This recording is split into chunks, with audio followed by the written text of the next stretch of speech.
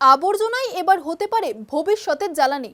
না না, এ কথা আমি বলছি না, বলছেন কেন্দ্রীয় সড়ক পরিবহন ও মহাসড়ক মন্ত্রী নীতিন গডকরি।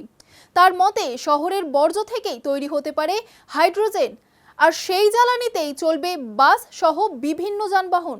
শুধু তাই নয়, ডিজেলের বিকল্প জ্বালানি নিয়েও বড় পরিকল্পনার কথা জানিয়েছেন তিনি। এদিন আর কি কি জানালেন তিনি, চলুন জানাই বিস্তারিত।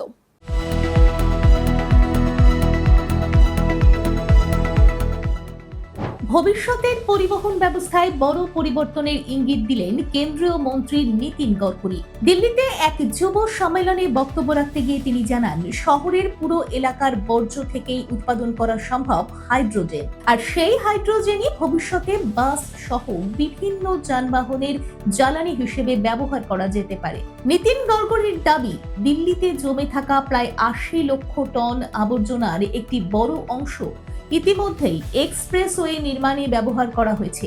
এবার সেই বর্জ্যকে বায়োডাইজেস্টার প্রযুক্তির মাধ্যমে প্রক্রিয়াজাত করে হাইড্রোজেন উৎপাদনের পরিকল্পনা নেওয়া হচ্ছে।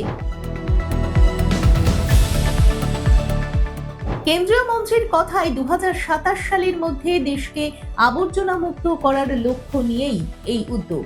একই সঙ্গে বর্জ্য ব্যবস্থাপনা, পরিচ্ছন্ন পরিবেশ এবং বিকল্প জ্বালানির ব্যবহার, এই তিনটি ক্ষেত্রেই বড় পরিবর্তন আনা সম্ভব হবে বলে তার দাবি। তবে শুধু হাইড্রোজেনই নয়, ডিজেলের বিকল্প জ্বালানি নিয়েও কাজ চলছে বলে জানিয়েছেন গডকরি। বর্তমানে পেট্রোলে ইথানল মেশানো হলেও ডিজেলের ক্ষেত্রে তা সম্ভব নয়। তাই ইথানল থেকে আইসোবুটানল তৈরি করে তা ডিজেলের সঙ্গে মেশানোর প্রযুক্তি নিয়ে গবেষণা চলছে।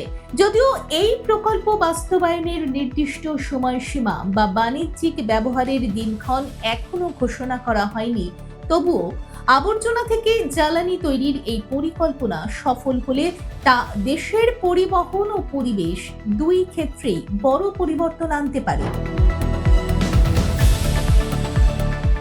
দেখুন এই সময়ের তথ্য ও চিত্র প্রতিদিন রাত ৯টায় ও সকাল ৮টায় শুধুমাত্র চ্যানেল ওয়ানে।